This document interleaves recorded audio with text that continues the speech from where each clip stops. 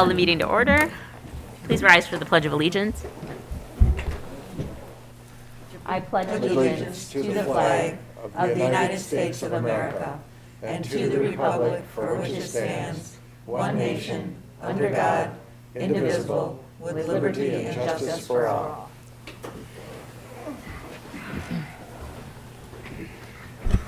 Roll call, please. Campbell. Here. Dempsey. Here. Fournier. Here. Hammond. Here. Crop. Here. Menser. I'm here. Voorhees. Here. Okay, announcements, acknowledgements, communications, and reports. We have a letter from the Michigan Historic Preservation Office and a letter from the Michigan Department of Treasury. Mr. Johnson, would you like to read those? Both of these are mentioned later under city manager's reports, so I'll just defer until then. All right, well, we will go ahead and receive these reports. Does anybody from the commission have any questions or comments on either? Okay, hearing none, we will move on to adoption of the agenda. Mayor Krapp, I move that we adopt the agenda as printed. Support it. Anybody have any questions? Roll call, please. Campbell. Yes. Dempsey. Yes. Fournier. Yes. Hammond. Yes. Crop. Yes. Menser. Yes. Voorhees. Yes. This is the portion of the meeting where we allow the public to address the commission.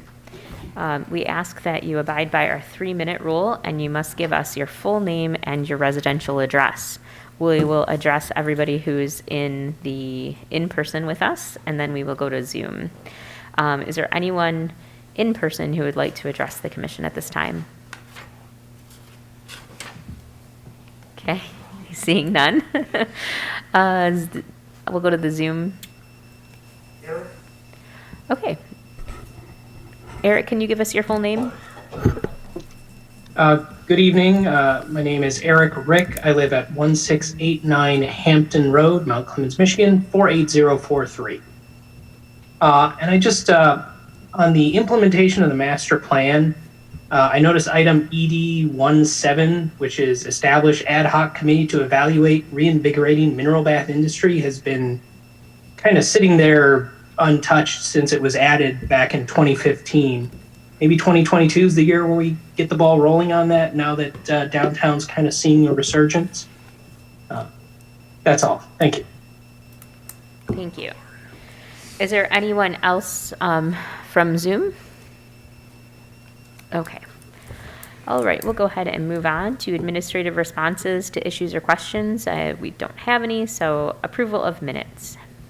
I move to approve the city commission regular meeting minutes and work session meeting minutes for December 20th, 2021. Support. Any questions or comments on either of those? Okay, seeing none. Roll call, please. Dempsey. Yes. Fournier. Yes. Hammond. Yes. Crop. Yes. Menser. Yes. Voorhees. Yes. Campbell. Yes. All right, we're moving on at lightning speed here. General business 9A, repeal vending machine license ordinance, the first reading. I'll entertain a motion. I move to approve the introduction and first reading of the ordinance to repeal provisions of vending machines, distributors, and owners ordinance 20.570 at sequence and set the second reading and adoption for January 18th, 2022. Support. Okay, Mr. Johnson. I'm going to call on the city clerk, Ms. Martin, as this is her report. Well, we've been discussing it, getting rid of the vending machine and the amusement device licenses since last year. We'd like to streamline costs and promote greater efficiency because the vending licenses, as well as the amusement devices, they generate minimal revenue, they serve no real purpose, and compliance cannot be enforced because the city no longer has its own police department. So the city attorney has drafted and approved the attached ordinance to repeal the provisions of 20.570 vending machines, distributors, and owners. Thank you. Does anybody have any questions regarding this ordinance repeal? Yes, Commissioner Menser. What does not having our own police department have to do with this? The sheriff department, won't they enforce this? No. Why not? It's just, it's never been a thing with them. They don't have the time to go into the restaurants and, check it out. Have we talked to them, or have we talked to Sergeant O'Brien about staff doing this? It hasn't, No, the answer is, okay. Do we have a list of how many vending machines licenses we've given out in the last year and the location of those vending machines? I mean, I don't have a list prepared, but Do we know what the revenue was? it's hard to break out that revenue because it's such a small amount that it's just combined with the business registrations. I've asked before to see that specifically. I believe we talked about this previously, and I'm trying to remember at what point, and we had kind of agreed at least, maybe not, I thought it was official, but maybe obviously it wasn't since you're doing this, that and you had those details then, but we had talked about this before, correct? I I've can't remember when it, heard about this, but I thought it was like a work session when we were just talking about needing to update ordinances that, are Right. outdated. Maybe that's what it was. And I think this was just an example used at that It point. was in the budget booklet. probably, okay. Yes, and Okay. so we decided to, just put it off until the first of this year, so. Okay, So you're right. haven't lost it, totally lost it then. I don't see how this is, even enforcing it, how would it be, or why there is even a licensing that needs to be on a vending machine? Is it, Well, at one point in time, vending machines were very popular, and most establishments had a number of vending machines in them. And there was a need to enforce certain regulations, because you'd have people, certain operations would put untaxed cigarettes in a cigarette machine. They'd do certain things like that. okay. Now, there's very few of them around, number one. And the same thing holds true for the amusement devices. They've fallen on kind of hard times. They were real hot at one point, and now there's very few of them around. So I think when you talk about the policing part of it, I agree with the clerk. I don't think the sheriff's department's ever been approached, but it really is kind of meaningless because there isn't much need to police it. It's down so far. I certainly wouldn't want to pull our minimal staff off of the streets, and not, we're constantly talking about, we want increased traffic enforcement, or we want increased presence downtown, or, things like that. I would much rather them focus on those things than vending machines. Yeah, I think the key phrase here is that it serves no real purpose, and it would be more accurate to say it no longer serves a real purpose. You'll find if you go through our ordinances, there are a lot of things that don't make much sense anymore, but they certainly made sense at the time they were adopted. Sure. There are vending machines in the clerk's office at 120 North Main. There are several on the first floor. There are amusement games in Pop Sweets and Treats. I haven't looked all over the city, but there Yeah. are some. Mike? And I'm having a, The issue isn't that there are none, does regulating them serve any real purpose? well, what I would have liked to seen is the statistics. How many have we given out in the last year? Have we given out 2? Have we given out 10? Have we given out 25? And what kind of revenue that is? And I get your point that it's, commingled, but I kind of like facts and figures, so I will be voting no on this. Kathy, can you give us a ballpark of, Yeah, I would say, a few $1,000s at most.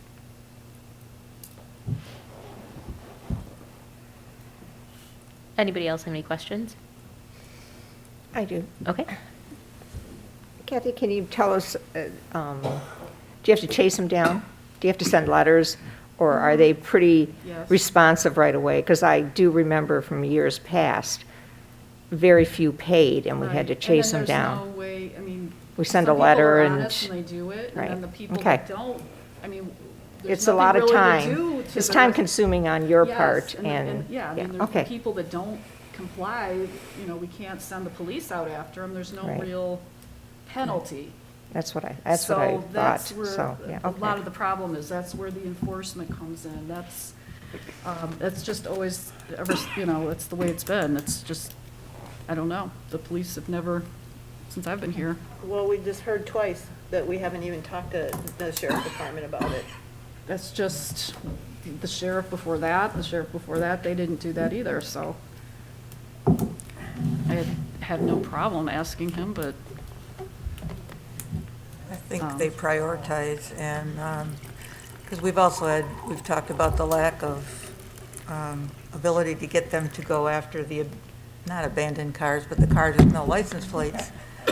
And so, yeah, I think they're never going to prioritize that at the top of the list when you look at what they are facing right now. Anybody else? Okay, call the roll, please. Fournier, Yes? Hammond, Yes. Crop, Yes. Menser, No. Voorhees, Yes. Campbell, Yes. Dempsey, Yes, Okay. Sorry, my computer's loading here. We'll move on to repeal amusement machine licenses ordinance first reading. I'll entertain a motion.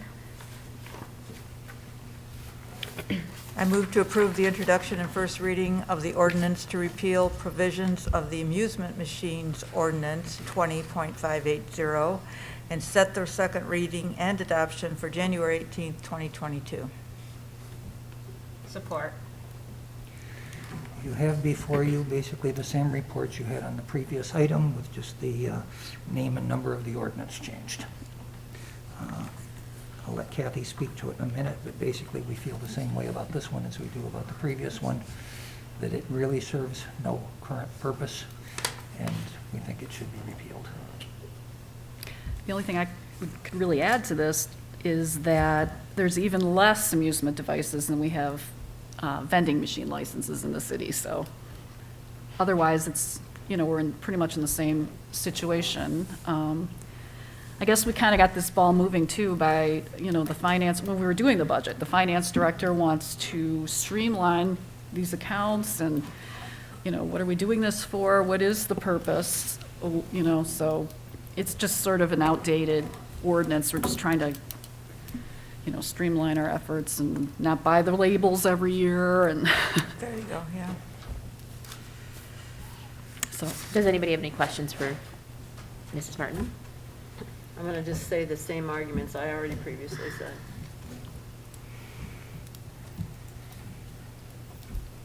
Anyone else? Okay, call the roll, please.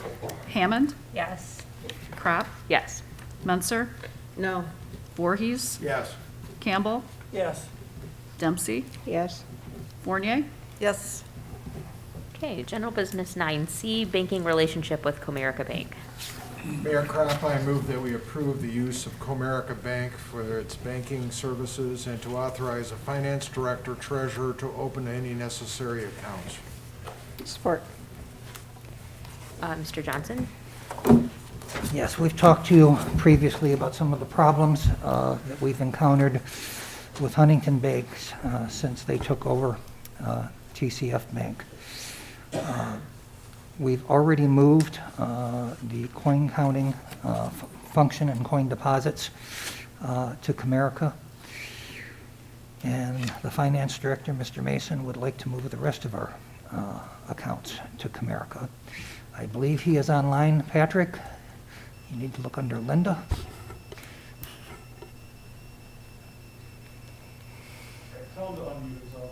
Okay, Cliff, unmute yourself, please.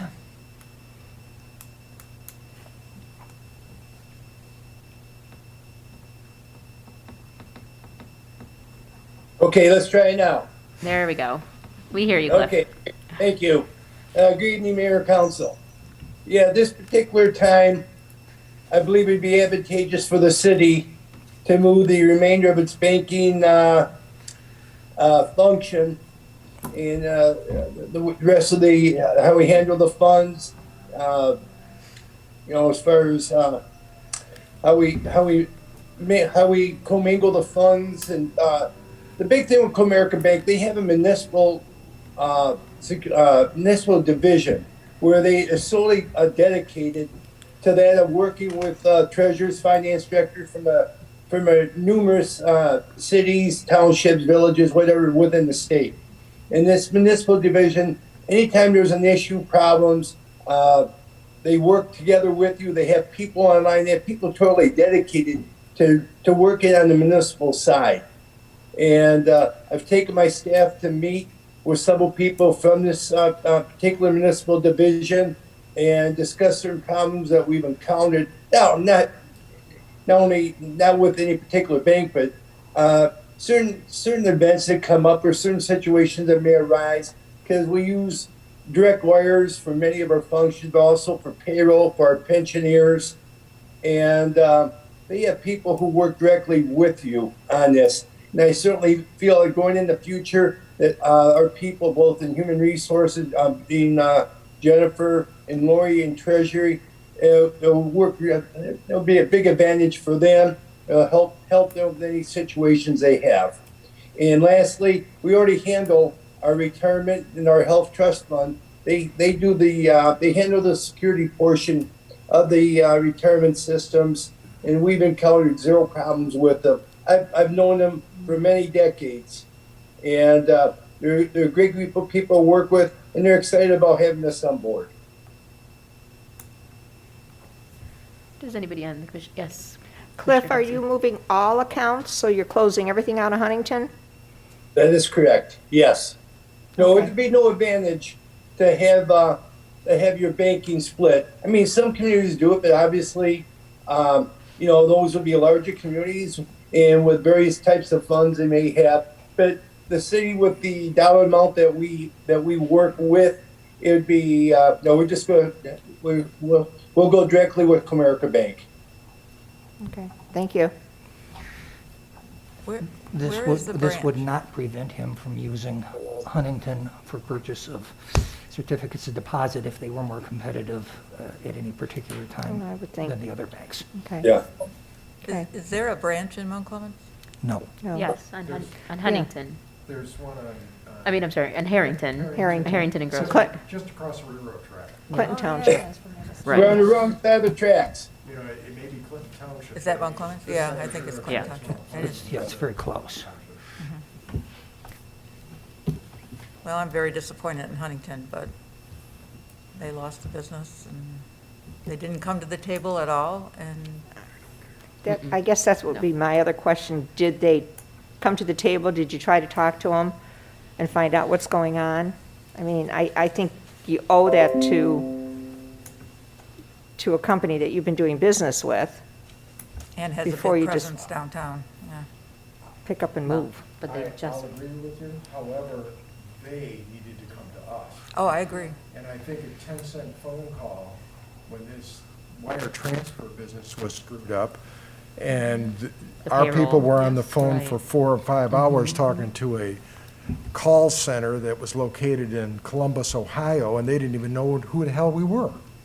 and I was surprised that when the article in the paper came out, they didn't reach out to us in Nope. terms of, nobody from the big leadership, nobody even from the branch contacted us to say, oh geez, we're so sorry that happened, how can we, City manager? there was did- zero I mean, customer service. The bank manager, Manager. Oh. nothing. So I was a little bit surprised at the lack of, and I understand they're going through a merger, so I mean, I'm sure there were a lot of things happening, but it's not like we had $500 in a bank account, Well, let me tell you, as I mentioned when this came up before, Mhm. when I was with First National in Mount Clemens. Neil was Mount Clemens Savings Bank. This would have never happened if we had local ownership. We do not have that. Right. We need to, and moving all the money to Comerica, I get it. It's easier to consolidate accounts and reconcile accounts if they're all in one spot and not in 4 or 5 different locations. Comerica and its predecessor manufacturers has been trustees of the retirement board for as long as I've been on, some 35 years. We've always had excellent service from them. It would be, I think it would behoove us to have a local bank, if there was a local bank. But there, I mean, and I know that was something that, you know, people expressed online, on Facebook when the article came out. But I think people need to understand that there isn't a local bank any longer. Right, there is none. Even the, you know, there's nothing in the city limits for Right, sure. right. So that was my concern. No, I think Fifth Third is Cincinnati, I think. Are they? Well, Comerica's headquartered in Texas, so. It's you in know, Texas, yeah. Texas now. At this point in the Yeah. bank merger world, it is unlikely to find a big bank that is. Wasn't Flagstar the biggest? And they just recently I talked were to them. sold to a different company They as well. never called. I thought There is a New Flagstar- York Yeah, company sure. they were sold to, though they Right. maintain the Flagstar name, I believe, going forward. Right, so, Let me second Cliff as to the importance of the bank having a municipalities division. These are people who work with only municipal governments. They know what the concerns of municipal governments are and what the needs of municipal governments are. And they go back a long ways. In fact, I can remember most of the people. And when I first started, it was Wilson Tyler, then Gene Norrie, then Norris Blackledge. So, I mean, and worked with most of those people for a long time. Right. does anybody have any other questions?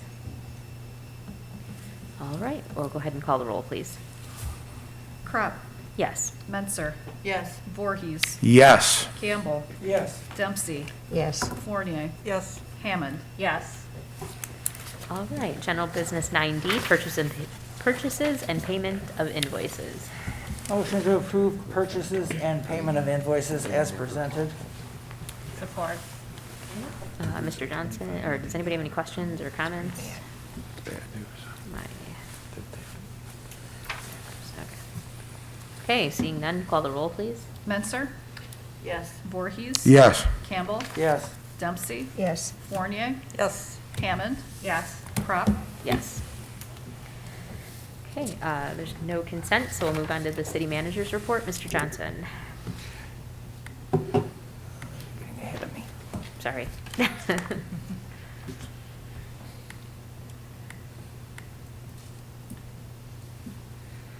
While I'm waiting for this to come up, let me address an issue that came up very late this afternoon. That's going to be a problem for all of us. Mr. Piskalich contacted me and indicated that due to the current COVID situation, he's not willing to expose himself to a public meeting. He's partially taking care of his 86-year-old mother, and he's worried about taking something back and infecting her. January 1st, the change in the state law took effect, and we no longer have any way to do remote meetings. The only people who are allowed to attend a meeting remotely in Michigan is somebody on active military duty.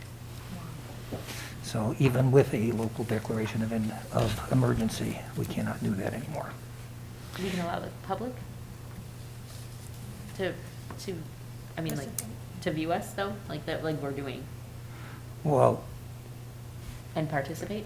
I'm assuming that I don't have a moderator, that we're going to have to postpone this meeting until I can get Right, no, but I something meant, resolved. I meant like tonight, having at least a hybrid version of, Do you have the ability to do that in that location, Pat? no, I don't mean it for Saturday. I'm just saying like, we're not violating the law by having a Zoom component now. Oh, no. Okay. No, because we're all here. Yeah, okay, yeah. We're But that's- we're just that's what I using Zoom wondered. to provide an extra service Okay, to the residents, and we can certainly always do that. okay, I'm sorry, I misunderstood you. that's okay. So what does that mean for the meeting on Saturday? It's canceled? I'm going to say postpone, not canceled, because we will be trying to reschedule it. Do you have printed material for that meeting? Or did you have printed material for it? Not that's been printed yet, no. Okay, all right.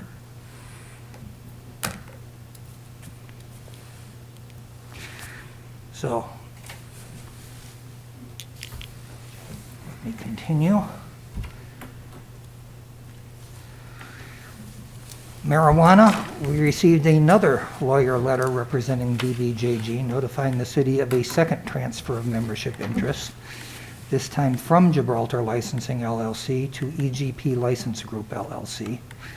And that is an entity within the corporate structure commonly referred to as Pleasantries Cannabis Company. This transfer has already been approved by the Michigan Marijuana Regulatory Agency. Sock drive is over, and the purchasing assistant Tyler Fox wrote to say, "Thank you all so much for your generous donations to the sock drive this year. We were able to collect over 1,000 pairs of socks for the Baldwin Center in Pontiac and the Macomb Foster Closet here in Mount Clemens." And he goes on to say, "I will be delivering 511 pairs of socks to the Macomb Foster Closet today." This was written shortly before Christmas. I don't remember what the exact date was. Fox Gift Socks does do work throughout the year, so feel free to check out my brother's social media page. Thank you once again for helping to make this an incredibly successful year. Diane Banks from Advancing Macomb writes to tell us that we received a nice early Christmas gift from CN Rail and America Blooms, a $14,000 grant for landscaping around the play fountain and at Shadyside. Edison Crossing. Construction has started at Luda Cooper's Edison Crossing project on Gratiot.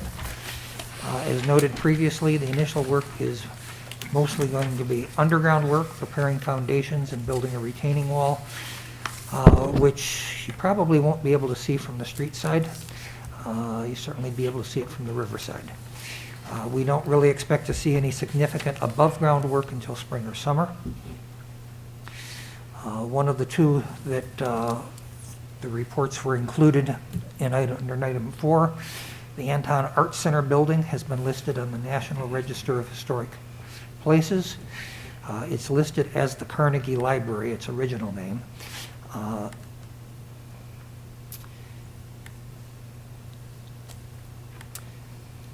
Ryan commented that this is great news for the city and the Anton Art Center and a wonderful Christmas present. The other one that was included in the reports was a letter and a certificate from the Treasury Department, Michigan Tax Commission, recognizing that the Mount Clemens Assessing Department received a perfect score on its 2021 AMAR review and was awarded a certificate of achievement by the Michigan Tax Commission on December 14th. And I'd like to congratulate Darren Kravitz, Paul Cirilio, Trish Zuber, and the rest of the team at Assessment Administration Services. Coming up events, we've got the Fire and Ice Chili Cook-Off on February 10th at multiple locations, the Ice Carving Show, February 11th through 13th, and if the weather holds, and in this case cold weather is good news, it may go on a bit longer. You remember last year we were able to keep the ice carvings in place, what was it, about 10 more days? Yeah, they stayed a while. We got a nice cold snap right when we needed it. They are obtaining more of the tables that we purchased last year. These are actually designed as tool tables, purchased from Harbor Freight. Last year we ran all over southeastern Michigan buying out every Harbor Freight we could get to. And putting them together. And then Mickey also found a way to light the sculptures from underneath last year, which really made for a much nicer display. Also want to remind people that Valentine's Day is February 14th, and it's recommended you make your restaurant reservations early. And I swear I'm going to quit talking about COVID. Because every time I write something, by the time I get to the meeting, I'm a liar. So we've had a couple more local cases in the city. At the time I wrote this, I wasn't aware of any. But new COVID case rates are at an all-time high nationally. Michigan, as of 12/28, was down to 19th in the nation, whereas a couple weeks back, we led the country in new infections. Locally, Wayne and Macomb counties now have the highest new infection rates in the state. And again, everyone in Macomb County age 5 or older is eligible to receive a COVID vaccination. For more information, visit the Macomb County Vaccine Central, and there's a link provided in here that all you have to do is click on it. And their service, I think, has been fantastic. I've been out there 3 times for the original, the follow-up, and the booster. Then we have a list of what we had planned for future agendas, and the first one on that list is what we just postponed. All right, does anybody have any questions for Mr. Johnson? I did. On the landscaping grant, it's a reimbursement grant? What does that mean? That means that we have to spend the money first and submit receipts, and they'll Okay. reimburse us. All right. Thank you. That's typically the way most non-federal grants usually work. Okay. I also wanted to mention on that landscaping grant that built into our actual proposal for this and what we fundraised for 5 years of maintenance cost and for some landscaping. So this does help alleviate some of that. We can do some things with the actual fountain a little bit more, but we did include, when we were fundraising, maintenance costs for the actual structure as well. Yes? Will you please refresh my memory? Will there be a fenced area around? There's not a fence in the proposal. There's not a fence in the proposal. Are we going to use landscaping as a barrier so kids don't go running up to the street? That's something that could be proposed, I suppose, in the proposal, but it was not necessarily it's not that close to the street. I So. said it before, I'm just concerned that, kids start playing and, they chase each other and they run and they, jump and yell and scream and they don't pay attention to their safety sometimes, and I have some concerns about making some kind of barrier that they don't go past, whether it's a fence or whether it's greenery, shrubs, flowers, something like that, that stops them and contains them, so that they don't get carried away and get injured. And then I have a question about city manager's report. Okay, go ahead. I would like to know where we are at with hiring the fire inspector. We started talking about this in the budget back in July, and the last time I asked this question, you were working on a memo of understanding with the firefighters union, and so I would like to know where we are with hiring an inspector. When we actually posted the position, none of the firefighters applied for it.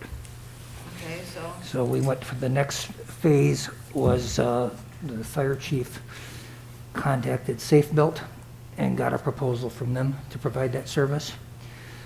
Decided that he thought the proposal was too expensive, and he's looking at a third option to bring somebody else in from outside on a part-time basis or contractual basis. okay, thank you.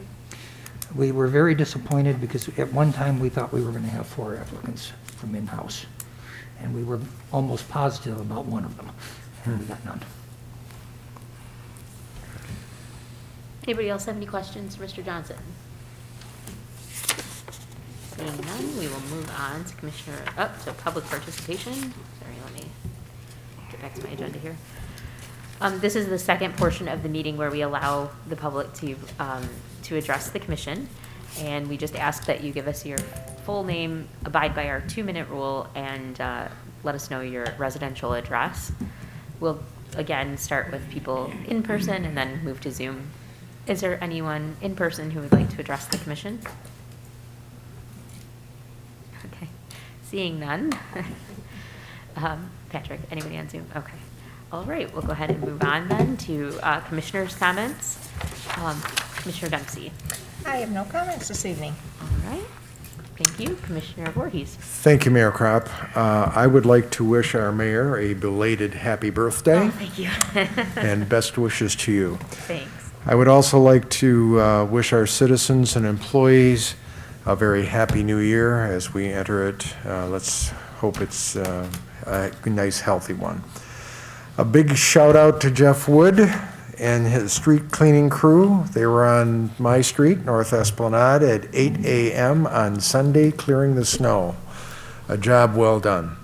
I drove around the city. Every street that I drove on, it looked like they had touched and had cleaned things up. So thanks again, Jeff, and make sure that the crew knows that. Be kind to one another, and with that, once a Clemite, always a Clemite. Thank you. Commissioner Menzer. I would like to talk about our utilities crew, specifically our sewer repair crew, and the fact that they have repaired 3 water main breaks starting today. There's been 3 in the last week. I think that there was a lot of misinformation on one of the Facebook pages, specifically the Seminole Hills Facebook page. I had a lady tell me that she was so concerned about this water because the catch basin was backing up into her basement. That's impossible in the Seminole Hills area. There's a separation between the water and sewer. I have complained before about the false, inflammatory gossip, rumor, and innuendo that comes out on Facebook. And when she put that out there about how angry she was that we didn't repair that water main break immediately, she did a great disservice to our employees. She did a great disservice to this community. She did a great disservice to this city. And I want to point out that these guys worked out there today in 14-degree weather, got those breaks fixed, and did an excellent job. So I think it's important that when we can, we correct the information that some of our residents attempt to put out there. So thank you to our water and sewer guys for everything that you did today. That's it. Thank you, Commissioner Menzer. Commissioner Campbell. Mr. Commissioner Voorhees said about the streets being, they did do an excellent job in light of the fact that all these people still park their cars on the street. So they did a fantastic job with all these cars here, so congratulations and a shout out to them. That's it, thank you. Thank you, Commissioner Campbell. Commissioner Hammond. I would like to thank Diane Banks with Vance and McComb on the grant for the landscaping for the Cascade on the Shade fountain. Thank you. Commissioner Hammond and Commissioner Fournier. There was a lot of good news tonight, right? And that's certainly one of them. And I also congratulate the Anton Arts Center, i.e. Carnegie Library, for their recognition in the National Register. And congratulations to the assessment team for a perfect score, as well as our hardworking utility people and snow movers. And I wish everyone in the city a very happy 2022. Let's get it started right and stay healthy. Thank you. Excellent. I too want to say congratulations to everyone has mentioned. I appreciate all of the work that our Treasury, our assessing, our utilities, and our DPS departments do every day. We really, we owe a lot to all of them. I'd like to thank the DDA again for all of the beautiful Christmas lights that have gotten quite a bit of attention. And as a DDA, we've made a decision to take down the red and green Christmas lights, but then we plan to leave up all of the white Christmas lights. At one point, the trees in downtown did have white lights strung in the actual branches, so we kind of replaced those this time. But now we are going to leave also the trunks wrapped with the white lights. I myself got a lot of comments of people saying how safe they felt walking in downtown at night with all those lights up, and so we know that the perception of safety has been a challenge in the past when we've done community surveys, and so I think that's something that is helping, especially in the downtown area. So I'm proud that the DDA will be able to do that. I too would like to thank Advancing Macomb for this grant and also for the many grants that they've received over the past few years. They have been able to help us move that recreation goal forward, and I appreciate all their work and their focus on Mount Clemens. I would like to read really quickly Michelle Weiss, who couldn't be here this evening, asked me to read this about our downtown. 2021 was an exciting year for our downtown, and 2022 looks to be just as exciting. I'm looking forward to working with our new business owners and their staff members. We already can see the increase in pedestrian traffic throughout the day in downtown. Let's all work together to keep this great momentum going. Happy New Year. Here are the new businesses that are already open. Black Cat Coffee Shop, 55 Macomb Place. Clementine's Pastries, 57 Macomb Place. Black Tusk Tattoo, 33 North Walnut. Two Girls in a Shop, 40 New Street. The Bohemian Goat, 69 North Walnut. Discovery Center Macomb, 54 Cherry Street. The Urban Naturopath, 99 South Main Street. The Cake Experience, which is expanding into another 700 square feet for a classroom, 58 Cherry Street.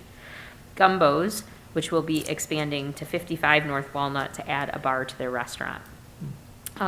Here is a list of new businesses opening this spring. Cherry Street Nutrition, 52 Cherry Street. Capture a Moment Photography, moving here from New Baltimore, 50 Cherry Street. The Mount Clemens DDA is opening an office and pop-up space for classroom and retail space at 48 Cherry Street. Sweet D's Antique Boutique at 105 Cass Avenue. Cat Cafe, I don't know, 73 North Main Street. Savvy Sliders Restaurant, 140 North Main Street. And Escapeology, which is a escape room at 82 Macomb Place. And so those are, Edison Crossing, 31 unit residential development along northbound. And so those are very exciting, a very exciting update from Michelle Weiss and the Downtown Development Authority. That's all I have. And I'd like to say Happy New Year as well. Did you have something else? No, I was just going to ask why you were shaking your head about the cat cafe. Oh. You want a dog cafe instead? Yeah, I'm more of a dog person, but the cat cafe is exciting, for cat people. Black Cat Cafe. Yeah, we have a lot of sweets and a theme lot is of going cats. here. I don't know. I'm not sure what's going on. It's a theme. So, a Happy New Year to everyone. And with that, I will entertain a motion to adjourn. Motion to adjourn. Or All those in favor? Sorry. almost Any opposed? Meeting adjourned. Thank you, everyone. Almost a record. I voted to oppose that. Who did not pick up these last week?